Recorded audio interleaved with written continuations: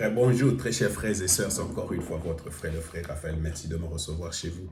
Nous voulons continuer sur le sujet que nous avons entamé. Et ce sujet, il s'agit de la prospérité de Dieu et la sécurité que Dieu veut nous donner. Non, nous voulons parler d'une clé que Dieu a mis, va mettre à notre disposition, à ta disposition, pour que nous prospérions et que pour que nous soyons aussi sécurisés financièrement. Alors, je vais faire d'abord une petite récapitulation des choses que j'avais dites l'autre fois. La première des choses, j'insiste sur le fait que Dieu est notre source. Alors, quand nous disons par exemple, nous prions notre Père qui est aux cieux, le mot Père veut dire tout simplement, c'est lui de qui toute chose vient, ou tout au moins l'origine de toutes choses. Donc, l'origine de toutes choses. Dieu est l'origine de tout. C'est de lui que nous avons toutes choses. C'est pourquoi nous sommes dépendants de lui. Alors, c'est très important. Si nous voulons vraiment avoir la prospérité de Dieu, il faut reconnaître que tout vient de Dieu. Alors, j'ai essayé de définir ce que j'attends par la prospérité divine. La prospérité divine est définie par un mot. Dieu va toujours nous donner assez. Comment? Dieu va toujours nous donner assez. Ça veut dire que Dieu va te donner assez pour payer, assez pour manger, assez, et il va toujours rester quelque chose. Alors, là où il y a la prospérité de Dieu, il n'y a pas de manquement. Il n'y a pas de manquement. Je vais revenir sur ce sujet. Il n'y a pas de manque. Alors, ça c'est l'idée. Alors, j'avais aussi dit que Dieu bénit le travail. Donc, Dieu nous a créés pour assujettir la terre, pour exploiter la terre, pour produire, pour cultiver. Alors, ça, c'est très important. Alors, Dieu bénit le travail. Alors, j'avais aussi dit que la prospérité de Dieu est toujours liée, non pas seulement à l'idée de travail, elle est plutôt elle est au fait qu'on écoute la parole de Dieu, on la comprend et on met cette parole de Dieu en pratique. Donc, il faut d'abord écouter la parole de Dieu, il faut écouter la parole de Dieu, il faut la comprendre et mettre en pratique. Un autre mot, c'est obéir à la parole de Dieu. Alors, la bénédiction ou la protection, ou je vais dire financière qui vient de Dieu, ou la prospérité financière qui vient de la part de Dieu, est liée toujours au fait que nous écoutons la parole de Dieu, nous la comprenons et nous appliquons ce que la parole de Dieu nous dit. Alors, à ce moment-là, nous devenons tout à fait dépendants de qui? De Dieu. Pourquoi? Parce que c'est lié à l'obéissance. Vous voyez? Ça, c'est très important. Mais je vais parler un peu de ce que j'ai constaté dans l'Église. La Bible dit, le psaume 23, verset 1, « L'Éternel est mon berger et moi je ne manquerai de rien. » Alors quand vous lisez aussi le psaume 34, « Ceux qui craignent l'Éternel ne manqueront de rien. » Quand vous lisez maintenant les Philippiens chapitre 4, verset 19, « Le Seigneur va pourvoir à tous mes besoins selon sa richesse en Jésus-Christ. » En allemand, par exemple, les mots où il est pourvoir à tous mes besoins, la Bible là-bas traduit les mots pourvoir à tous mes besoins. Dieu va pourvoir à tout ce que je manque. Alors, vous voyez, donc, mais la réalité est que quand vous regardez vraiment l'Église, c'est les lieux où il y a le plus de manquements. Donc, il y a une discrépance entre ce que la parole de Dieu dit et ce que nous vivons au jour le jour. Quand vous regardez, ça c'est mon observation. Allez dans le monde entier, ici, en Afrique, aux États-Unis, partout. Là où il y a le plus de manques, c'est dans l'Église. Et pourquoi il y a beaucoup de manques dans l'Église? Parce que l'Église a intériorisé l'idée du capitalisme. C'est quoi le capitalisme? C'est que l'idée de la liberté, l'idée de l'indépendance, l'idée de la méritocratie, qui veut tout simplement dire, si tu travailles dur, tu auras quelque chose. Et ce que toi tu as t'appartient. C'est le résultat de ton travail, c'est le résultat de tes efforts, c'est le résultat de tes capacités personnelles. Alors, là où cette mentalité-là s'installe, et cela s'est installé dans l'Église parce que cette mentalité est liée toujours à l'idée de la liberté, l'idée de l'indépendance et de l'idée de je mérite ou du travail et tout ça.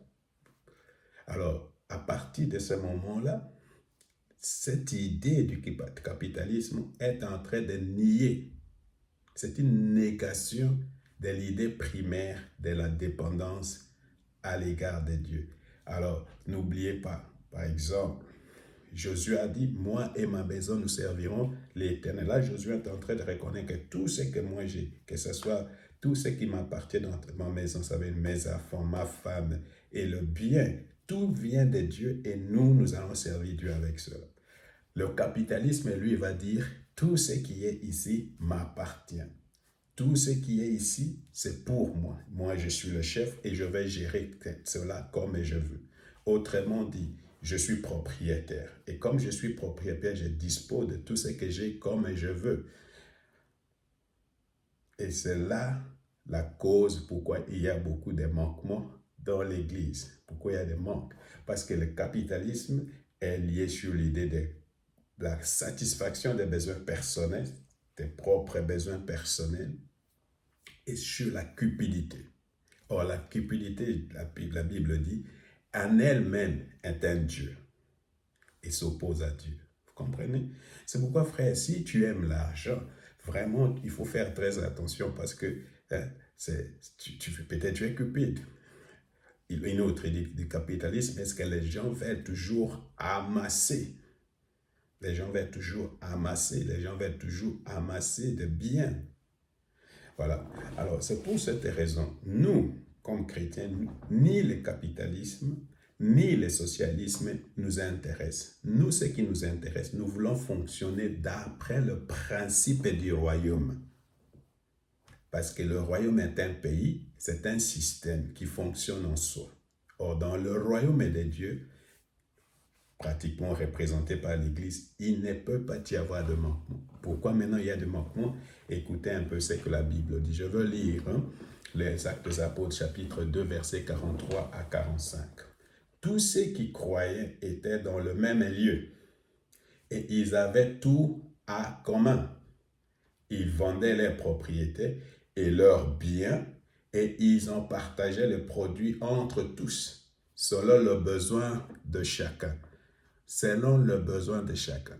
Et c'est ce qui a fait que tout le monde avait et tout le monde partageait, on s'entraidait et il n'y avait pas de manque. Pourquoi? Parce que tout le besoin de toute personne qui venait à l'église était d'une certaine façon satisfait. Satisfait pourquoi? Parce que les frères s'entraidaient, mettaient tout ensemble. Ça, ce n'est pas du communisme, mais ça veut dire tout simplement que les gens n'étaient pas égoïstes. Les gens savaient que ça vient de Dieu et ça doit partir. Alors, regardez quelqu'un qui avait cette idée, cette mentalité capitaliste et a commencé maintenant à penser que tout ce que moi j'ai m'appartient. C'est Ananias et Saphira. Qu'est-ce qu'ils ont fait ça? C'est dans le Actes des Apôtres, chapitre 5, versets 1 à 12. Mais un homme nommé Ananias, avec Saphira, sa femme, vendu une propriété, quelque chose qui était en eux, et retint une partie du prix, sa femme le sachant, puis il apporta le reste et le déposa à Dieu et aux apôtres. Alors, qu'est-ce qui s'est passé? Ces gens-là étaient des grands capitalistes, ou tout au moins, ils ont pensé c'est ma propriété et moi je dois retenir. C'est moi qui décide de ce que je dois donner à Dieu. Et connaissant la suite, les deux sont morts. Alors, moi je pense que c'est ce qui a comme c'est ce qui crée beaucoup de problèmes à l'Église parce qu'il y a beaucoup d'égoïsme, il y a beaucoup de cupidité, il y a beaucoup de capitalistes, des gens qui pensent tout ce que j'ai est en moi, ça m'appartient. Alors, il y a encore un exemple comme ça dans Luc chapitre 16, 12, je voulais dire versets 16 à 20. Et c'est un type qui était riche et il était en train de raisonner de ce qu'il va faire de sa richesse. Alors la Bible dit c'est que, et il raisonna en lui-même, disant que je sais que ferai-je quand j'en ai pas de grenier, je bâtirai de plus grands, ça veut dire il va amasser, j'y amasserai toute ma récolte et tous mes biens, et je dirai à mon âme, tu as beaucoup de biens à réserve pour plusieurs années. Repose-toi, mange, bois et réjouis-toi. Mais Dieu lui dit, insensé, c'est lui-même, ton âme te sera redemandée. Et ce que tu as préparé pour qui cela sera-t-il? Il en est ainsi de celui qui amasse des trésors pour lui-même. Écoutez les mots, il amasse des trésors pour lui-même. C'est ça l'idée du capitalisme. Amasser des trésors, à être devenu cupide, chercher pour toujours plus, mais pour soi-même. Ce n'est pas pour les autres, ce n'est pas pour la famille, ce n'est pas pour l'Église, ce n'est pas pour Dieu, mais toujours pour soi-même, pour lui-même, et qui n'est pas riche pour Dieu. Alors, un capitaliste dans l'Église, c'est une personne qui est riche pour lui-même, mais il n'est pas riche pour Dieu. Alors, frère, pose-toi cette question. Suis-je riche pour moi-même ou bien suis-je riche pour Dieu? Tout ce que j'amasse, c'est pour moi-même ou tout ce que j'amasse, c'est pour élever Dieu? Alors, vous voyez, c'est ça qui fait la différence dans le royaume de Dieu. Je travaille, tout ce que je gagne, tout ça, je vais garder quelque chose pour moi, mais la plus grande une partie va aller pour servir Dieu.